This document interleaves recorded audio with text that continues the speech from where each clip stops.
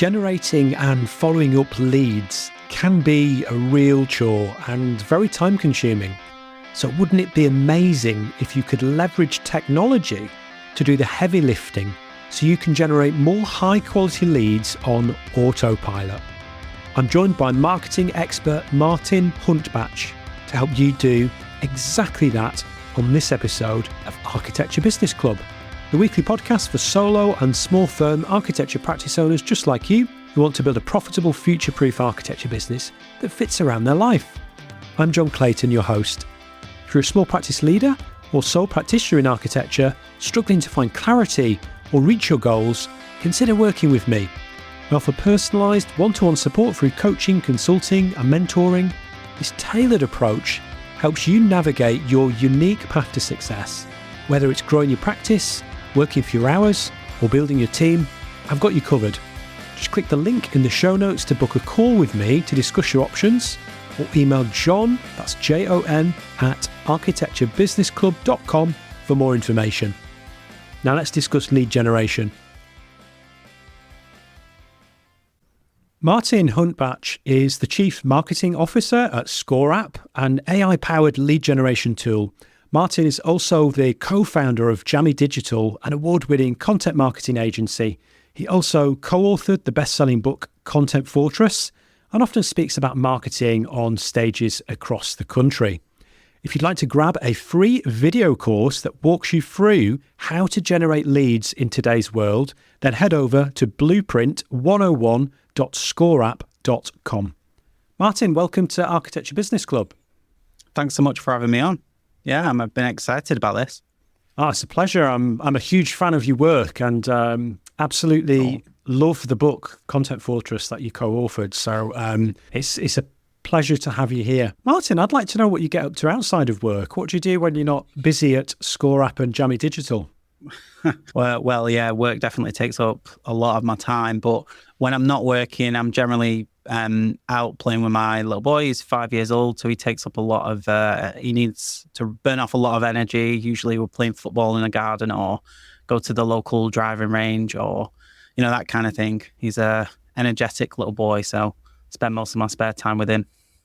Oh, that's lovely. Yeah. Family man. My youngest is 12 now, and I think now that they're at that age, my oldest is 15. Often they come home and you can go all day and not actually see them. Yeah. They're sort of off into their rooms and that. And I do kind of miss those times. Like we do still try and do lots of fun things together when we can, but I have to kind of entice them now. Mm. But when they're at that younger age, it is definitely a bit more hands-on, but hard work, but lots of fun as well. So yeah, that's for sure. Yeah, enjoy it while it lasts because they grow up so quickly. Yeah. We're going to talk about lead generation today so that architecture practice owners can learn how to generate more leads for their business. I'm really excited to talk about this, but what do we mean when we talk about lead generation? Yeah, so lead generation is often quite misunderstood. It used to mean that you would have someone fill out an inquiry form on your website and get in touch with you. That would be a really, good lead. But I think over the past sort of 10 to 15 years, it's kind of changed really because with the technology that we've got at our fingertips, it's really down to what you make of it. A lead is really what you make of it. So some people say that an email subscriber is a lead. Some people say that someone commenting and engaging with your social media posts would be a lead. So it's really a case of some sort of indication that somebody's interested in potentially working with you. And it's the sort of high impact thing is when you approach those leads with enough attention. So you can have people comment on your posts and you can have people engage with you on social media or subscribe to your email list. But what makes it a lead really is how you respond to that person.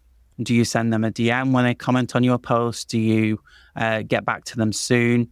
Because any lead, no matter how cold, warm or hot, can pretty much not go to sale if you don't have the right process in place. So for ease, we like to, describe a lead as someone that is positively interacted with your business in some way, who you could theoretically reach out to. And yes, there are going to be higher quality leads and lower quality leads. But that pretty much is the way that you want to consider lead generation. I love the way that you've described that, because I think there can be many instances where there might be leads that are staring us in the face that we're not actually recognizing as a lead. But those could be there could be opportunities there for us to connect with people and to take that conversation further. So that's absolutely. A really interesting way that you sum that up. Why do you think most people struggle with lead generation? Because it is something that a lot of people struggle with. I think it's down to, yes, there's a process, and yes, it takes time to respond to people and engage with people who potentially could be great clients. But I think one of the main issues is it takes time.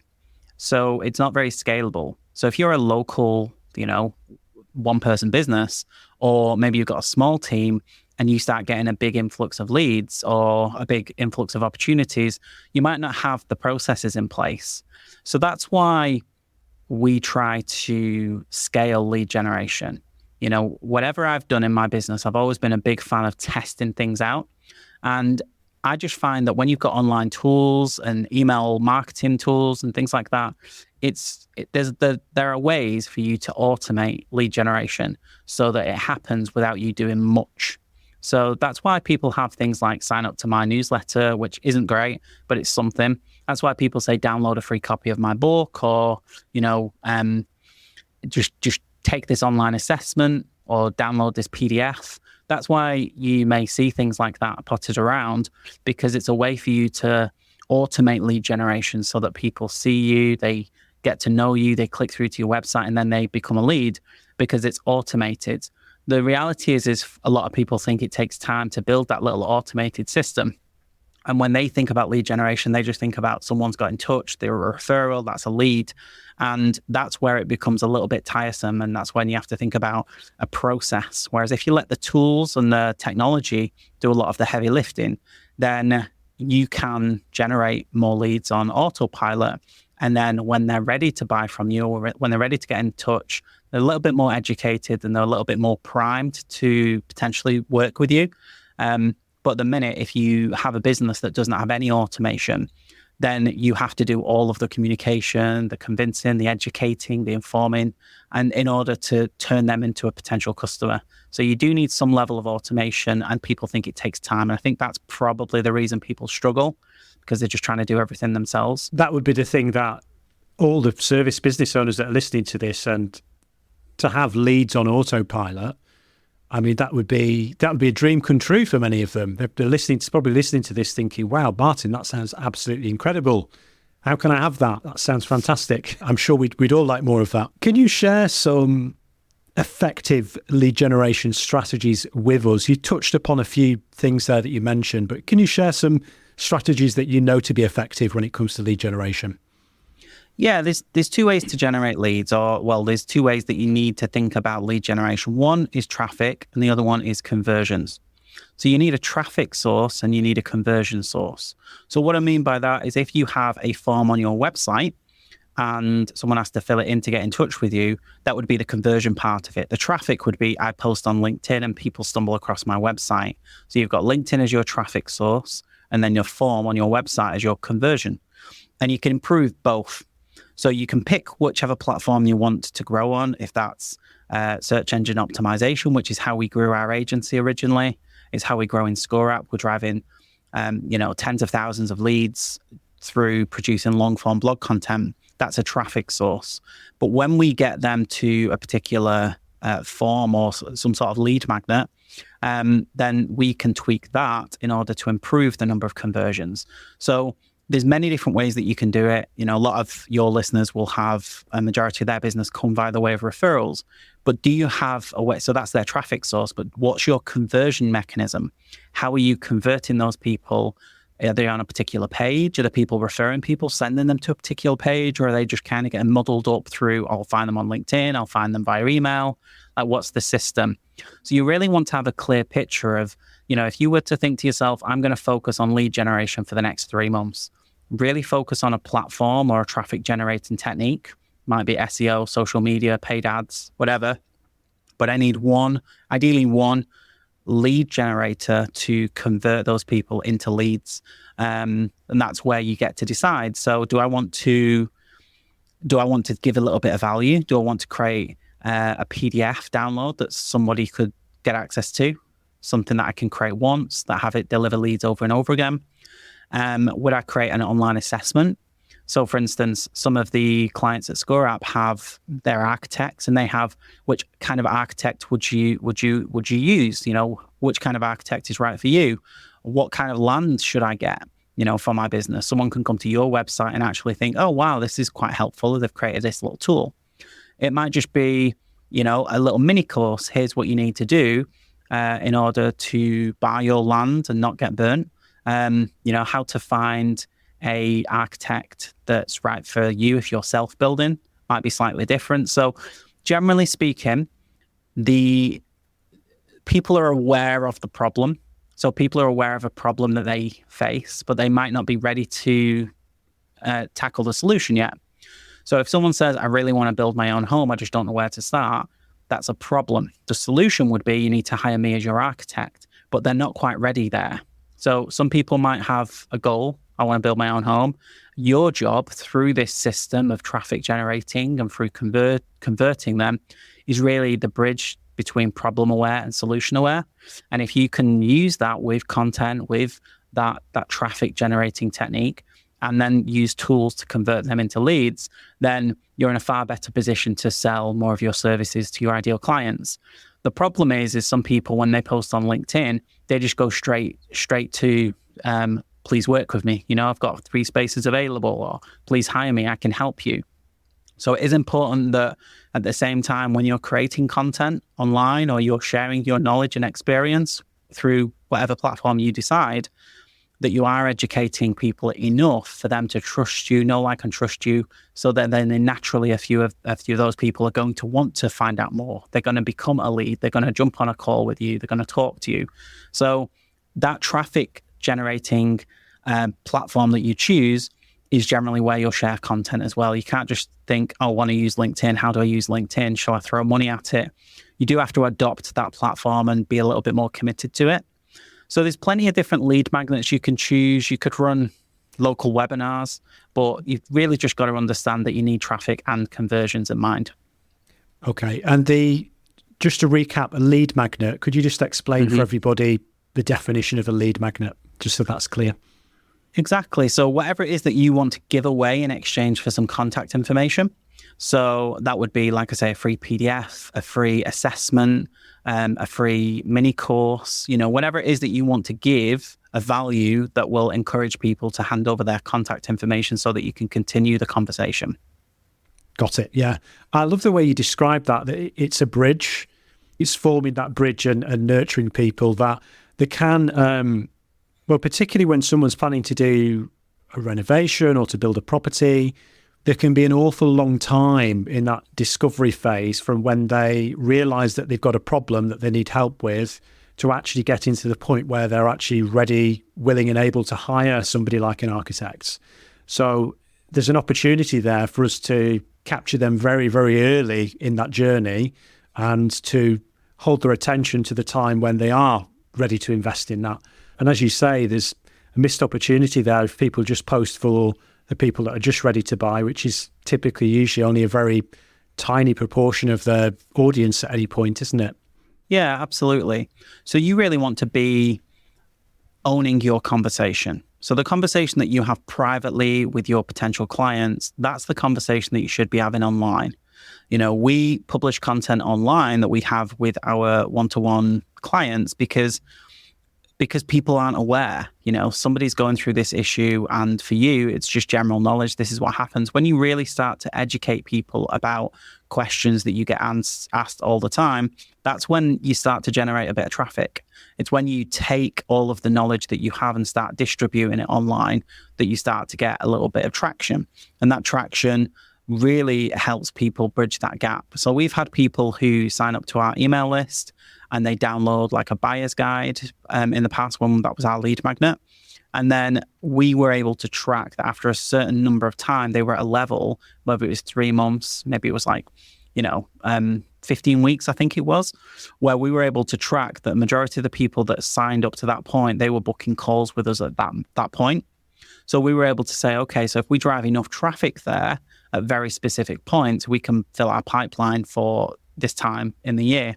So the more that you do this, the more you test, and the more education, the easier it is to get people to buy from you. And we got to the point where we were doing so much in the way of educating people and driving traffic to our website that when they eventually did speak to us, people were signing up to work with us for projects that were more than 10, 15 grand within the space of 15, 20 minutes on a phone call with us, and we'd never spoke to them before. And that was because a majority of our content was doing the educating, and we had the lead process in place, the lead sequence, so that it meant it was automated, which meant all we were doing was producing more content. And then the sequence of events would educate, inform, entertain to the point where these people were like, we're ready now. And that can be happening while you're doing your day job. Now, if you don't do that, the reality is, and if you're solely relying on things like referrals and you're keeping all of that knowledge bottled up, then everybody has to go through a long-winded sales process in order to work with you. You have to do all of the same conversations all over again. Let the internet, it's free, let the internet do its work. All you have to do is produce this content once and then remind people every now and again, rather than you have the same conversations day in, day out. Just produce content, let the leads flow in, and then when they're ready to buy from you, let them, show them how to do it. It's fairly simplistic, and I know it sounds really simple, but we've done this in a very competitive market in the online space, in SEO and lead generation. It's very competitive. So if we can do it, then, no doubt architects can do it. That's encouraging. Absolutely. You mentioned there about a couple of mistakes that people can make. I was wondering if we could dig into that a bit more. And you must have seen lots of mistakes that people have made when it comes to lead generation. Could you share maybe one or two other examples of common mistakes that you see? Yeah, absolutely. So one of the biggest problems is traffic. So a lot of the times people think, well, I know I need leads, but I don't have enough leads seeing the landing page, actually landing on that particular asset, whatever it be, in order to convince them to fill out the form. So traffic is an issue, and that's why you should be posting on LinkedIn, you should be posting on Instagram, you should have a mechanism in order to get attention and build traction online. And if you don't, unfortunately, no tool, no matter how good it is, will generate leads for you. You absolutely do need a traffic generating mechanism. So for some people, they might be happy to spend money on Facebook ads or LinkedIn ads or wherever. Other people want to produce content because they've got time, but maybe not capital to invest. So there's many different areas that you can generate traffic, but one of the biggest issues by far is I've launched a lead magnet, I've launched my buyer's guide or my mini course or my assessment or my downloadable PDF, but not enough people are seeing it. And that's because they don't have that energy, that effort behind generating traffic. That's definitely one of them. The other common mistake is when someone does land on your landing page, it's not compelling enough. For instance, if someone lands on an architect's landing page and it says, make your dreams come true, fill out this form, it's a little bit vague and it's a little bit unspecific in terms of what they physically get, because they are handing over their data, their name and email address, and sometimes phone numbers and more details. So they really want to know that if I'm handing over my information, it needs to be compelling enough. And the problem that you've got is people think to themselves, well, if I give away all my knowledge for free or my experience and I put together a book or a course, then they might go and do it themselves, or they might find a different solution. And, I want them to come to me, but it has to be compelling enough for them to opt in for that thing. So for instance, if you were to say, I've put together a 17-point checklist that's based on all of my industry years of experience, and all you have to do is answer a few questions, and I'm going to give you this document so it acts as a perfect blueprint for your self-build, for instance, then that's really compelling. It's really direct. You know what you're going to get. You're ultra specific about the details and the depth of it, then that's far more compelling. And that's probably going to get, most of the people that land on that page would say, oh, that sounds great. I'm going to opt in for that. So rather than it be vague and quite thin, you really want to go in depth and next level so that you can stand out amongst your competitors. That's brilliant advice. I love that. So we've talked a little bit about lead magnets. I was wondering, what are the best types of lead magnets for us to try? Because there's all sorts of different things that we could use as a lead magnet to try and get people to sign up to our email list so we can stay in contact with them and have conversations with them. What are some of the best types of lead magnet that we could try? Remember, don't forget to download the Architecture Business Blueprint, the step-by-step formula to freedom for architects, architectural technologists and architectural designers. You can grab the blueprint without any charge at architecturebusinessclub.com/blueprint. And if you're enjoying this episode, then please leave a 5-star review or rating wherever you listen to podcasts. Now back to the show. So we like to try a variety over the course of a year. So we like to think of it as campaigns. So a campaign might well be, I'm going to spend the next 6 weeks promoting a checklist like we've just discussed. So for the next 6 weeks, all I'm going to do is I'm going to try to drive as many people to this landing page as possible to see, does it resonate with people? And if it does, great. Then maybe you could put more effort into it and maybe spend some money promoting it. Another lead magnet that we find works really well, especially if you have a business that you don't need that many customers or that many clients for it to be successful. Another one is a wait list. So what you can do is you can launch a wait list as a landing page that says, I'm fully booked for the rest of the year and I'm opening up a wait list for 2025. Spaces tend to fill up fast. So if you want to hear about my products and services and potentially, start your project in 2025, then you want to fill out your name and email address on this page, and I will send you some relevant information leading up to it. The reason that works is because people don't want to miss out. And if they're not quite ready yet, then it means that they can at least indicate that they are interested. And what that does is that means that when you decide to promote your products and services, whether that's via sales calls or online, you can actually say to people, look, you might be thinking about working with me in 2025, maybe it's January, and you think to yourself, well, I've already got 13 other people that are interested in working with me.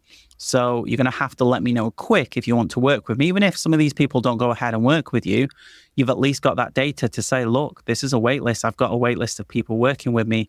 It makes you feel more in demand. It makes you seem like people are missing out if they don't work with you. So having a wait list of people waiting to work with you, even if it's just an indication, is actually a really powerful sales tool. So that's another thing that you can do, but you wouldn't want to do it all the time because it doesn't actually offer that much value. So then what you could do is you could potentially say, create an online assessment. So an online assessment is where you get to ask specific questions about somebody's situation in order to learn more about them and then provide a recommendation on the back of it. So for instance, if you say, what kind of properties should you build as an example? And then they answer a series of questions. You might ask how many family members you have, what kind of location, what kind of, do you like city or country, that kind of location. And you can actually use, many tools online, ScoreApp being one of them, to ask those questions and make a recommendation. And the reason that works so well is because you're taking people over that bridge from problem aware, which is I'm not sure how to get started with a self-build or with an extension. And you're asking them questions, you're taking an interest like you would on a sales call if you're just asking questions. And then you make a recommendation and they have more knowledge. They've got that dopamine hit that they've learned something, and you make that recommendation on the results page. And they feel so much smarter. They've come out of it. They spent 90 seconds filling out a form, and it's automated. And that's the trick. It's scalable. So you can send as many people to that assessment as you possibly can. And it's no extra work for you. All you do is you just deliver more value. And just tomorrow, for instance, is a separate lead magnet. I am running a webinar.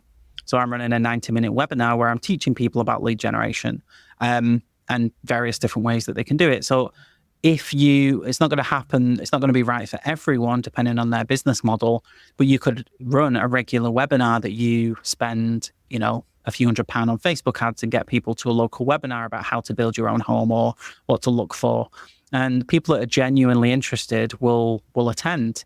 And these people, they're much more likely to buy from you versus somebody that isn't doing that, because the knowledge level and the confidence that they would have in you with all of that kind of content is just next level. So it just allows you to stand out from your competitors, because, I know lots of architects, they're not doing this kind of thing. They're just relying on referrals and they're just doing what they can to stand out. But these are the kind of lead magnets that not just generate leads, but increase your authority as an expert. There's some absolute golden nuggets in there, Martin. So I love that. The idea of the wait list, the assessment, and the repeatable webinar. I think those are all brilliant ideas, and I can already see how those could work for a lot of practices. And you're right, this is stuff that most of them just aren't doing, that it's very much like, here is our work, aren't we great? Come and buy our stuff, rather than being more proactive about lead generation. And I think that's the overarching lesson here, I think, is about being more proactive, really, that it's not just a case of sitting around and waiting for the leads to just drop in. Like, that might have worked years ago, but that isn't going to work moving forward. And I know that there's a lot of practices that do struggle with not having enough leads in that pipeline. So these are actionable ways that they can generate leads, and none of these things necessarily have to cost a lot of money. And actually, if it results in sales coming through the door, then even if it does cost money, as long as they're getting paid more than it costs them, the investment, then the numbers stack up and it's all great anyway. Yeah, so, absolutely. Can you share some ways, some simple ways to get started? Because that's the thing. We've got some great ideas here, but there's some simple ways that we can just get started with lead generation. Yeah, one of the things that you can really do is focus on that problem-aware mindset. So what are some of the things people are saying to you when they first speak to you? And that's what you can create your lead magnet about. And again, it's just about transitioning people's mindset from problem-aware to solution-aware and educating them. So my suggestion would be to think about all of those problems and create a landing page somewhere on your website or using a tool like ScoreApp. It's free. You can sign up and test it out for free. But you really want to make sure that it resonates with people. So when you are connecting with people on LinkedIn, share your landing page with them. Say, we've had a few questions that people have come to me and they've explained that, they're struggling to find a plot of land, or they're struggling to find an architect that suits their needs. So I've created this resource, whether it be a webinar, an assessment, a PDF, and I thought you might find it valuable. Let me know if you want it, and I can send you to a link.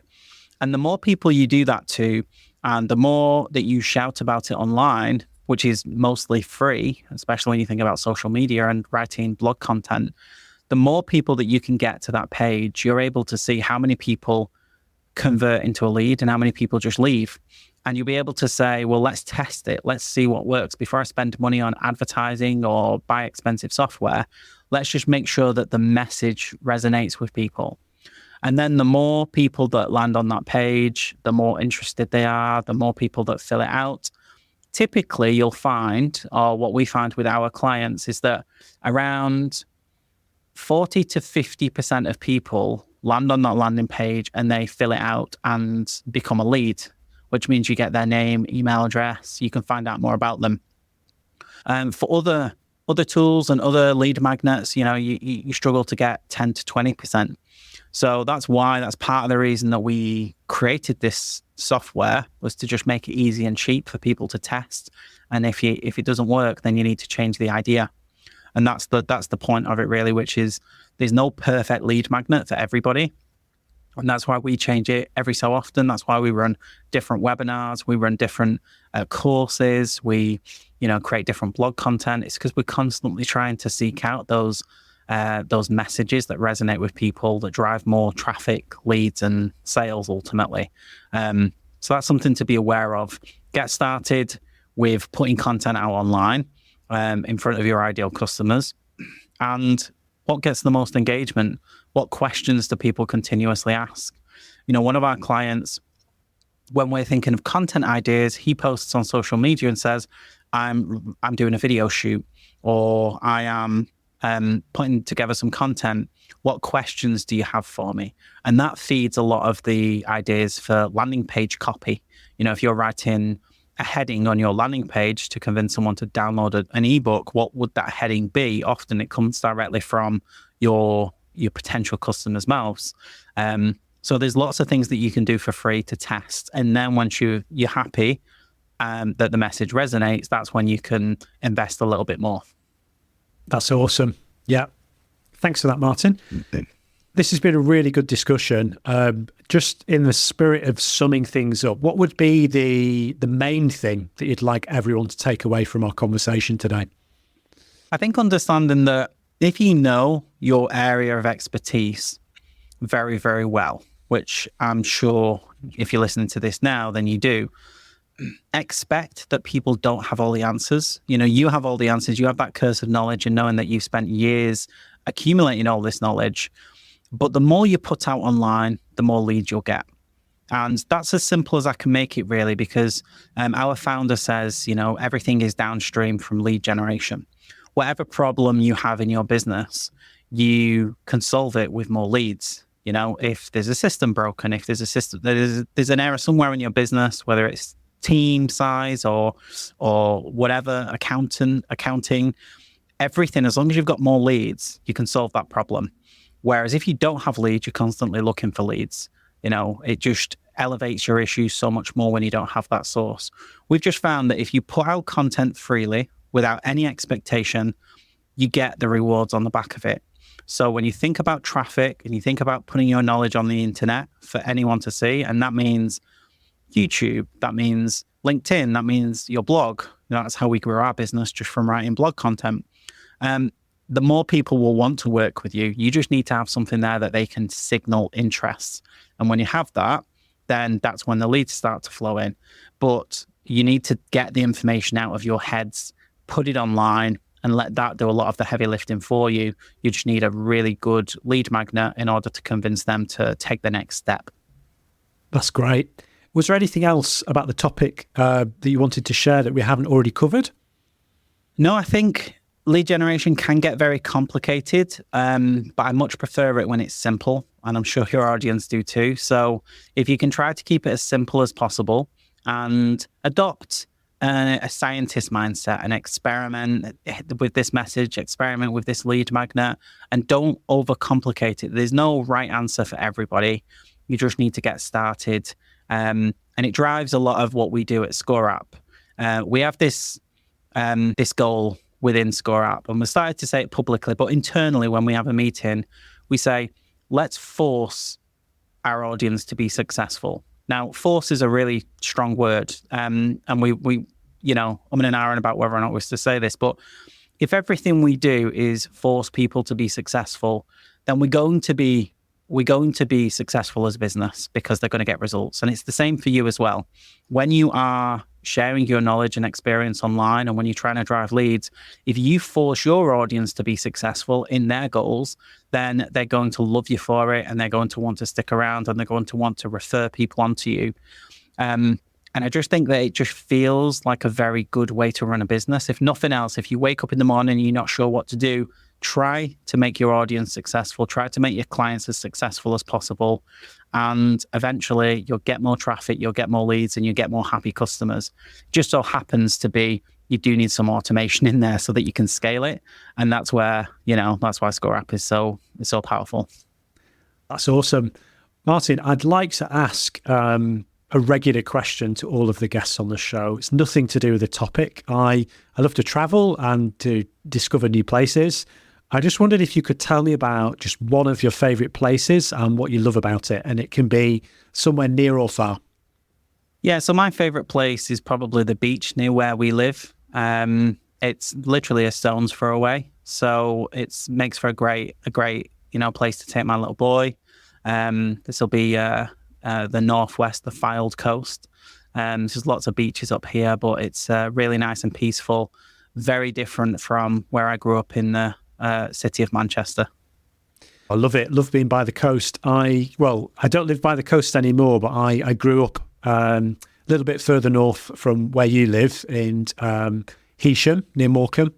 And we still go back and visit a couple of times a year. We're about 40 minutes drive from the Norfolk coast now, but I absolutely love it. Going to the beach, going to the seaside. It's one of my favourite places to go and visit. So I'm with you on that one. It's been an absolute pleasure to have you on the show today. Thank you so much for sharing your expertise. Can you please remind everybody about the free course that I mentioned in the introduction? Could you remind everyone where they can get access to that? Absolutely. So this is a free course that Daniel put together, who's the co-founder of ScoreApp, and it's blueprint101.scoreapp.com. And it's a free mini course. You can just opt in for it and you'll just learn everything there is to know about how to scale lead generation. So really valuable stuff. Oh, that's awesome. And if anyone would like to connect with you online, where is the best place to connect with you? Probably LinkedIn. Just search my name, Martin Huntbatch. I'm probably the only one, I would imagine, with that strange name. So yeah, that's mainly where we are. That's brilliant. I'll also I'll make sure both of those links go in the show notes. Cool. So thanks again, Martin. Thanks so much. Really enjoyed it. Thanks for having me on. Next time, I'm joined by Colin Gray to talk about being a podcast guest. Thanks so much for listening to this episode of Architecture Business Club.